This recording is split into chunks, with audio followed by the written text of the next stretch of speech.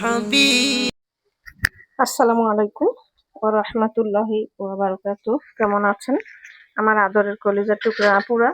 আল্লাহ সবাইকে ভালো সুস্থ রাখার তৌফিক দান করুন, এই দোয়া সবসময় করছি।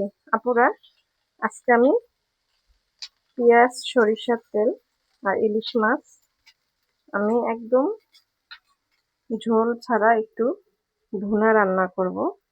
তো ভিডিওটি শুরু থেকে দেখতে থাকুন ও সঙ্গে থাকুন আপুরা। তো আমি কড়াইয়ের মধ্যে পেঁয়াজ, সরিষার তেল দিয়ে দিলাম। এবার আমি পেঁয়াজগুলো ভেজে নিচ্ছি।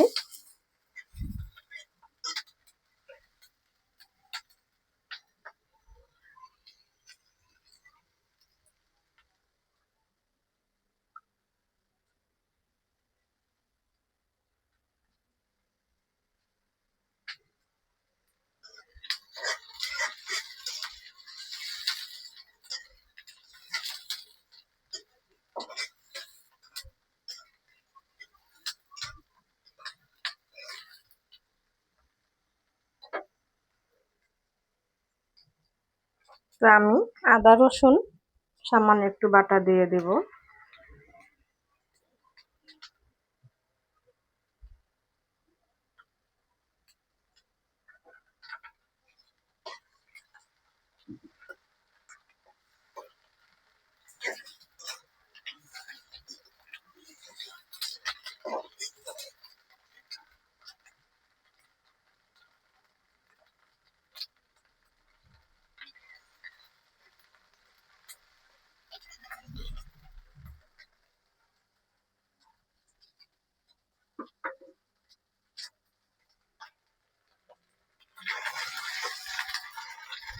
এবারে দিয়ে দেব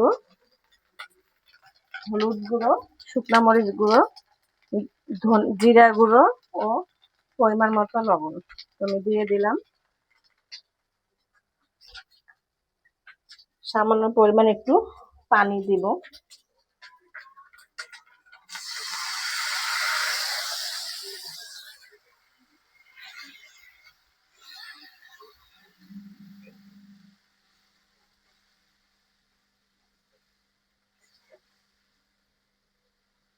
মশলাগুলো আমি একটু কষিয়ে নেব।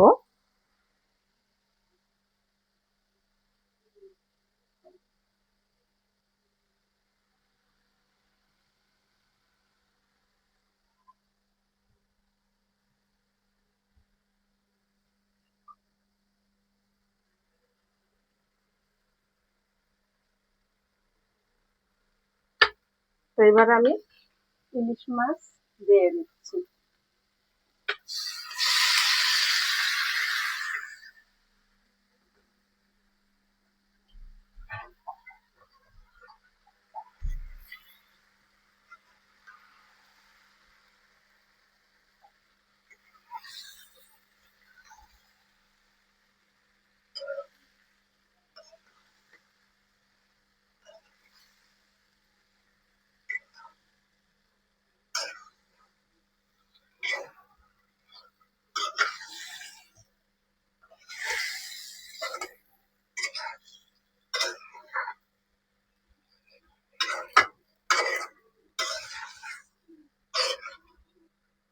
তারপরে আমি এবারে ঢেকে দিব।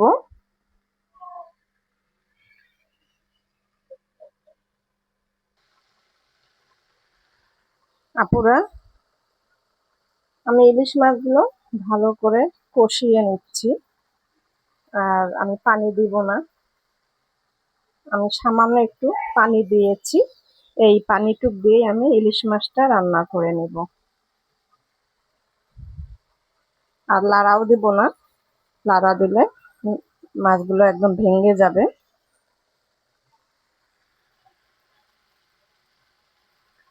মাশাআল্লাহ, খুব সুন্দর একটা কালার আসছে।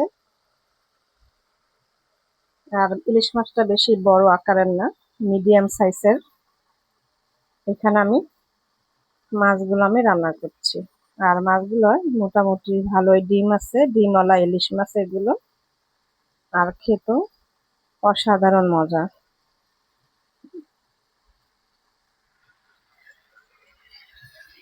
তো আমি আবারও একটু ঢেকে দিব।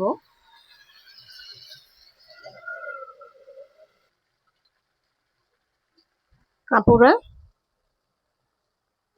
ইলিশ মাছ রান্না হয়ে গেছে।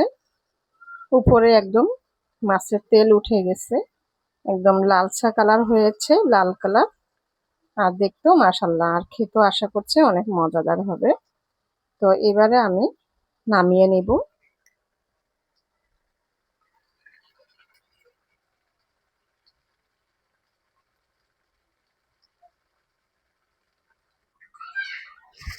নামিয়ে নিয়ে আসলাম আপুরা ইলিশ মাছ রান্না তরকারি বা ইলিশ মাছ ভুনা।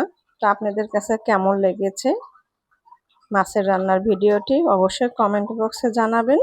লাইক দিন, বেশি বেশি করে শেয়ার করে দেন আপুরা। দোয়া চাই। ছোট্ট রান্নাঘর চ্যানেলটিকে সাবস্ক্রাইব করতে একদমই ভুলবেন না।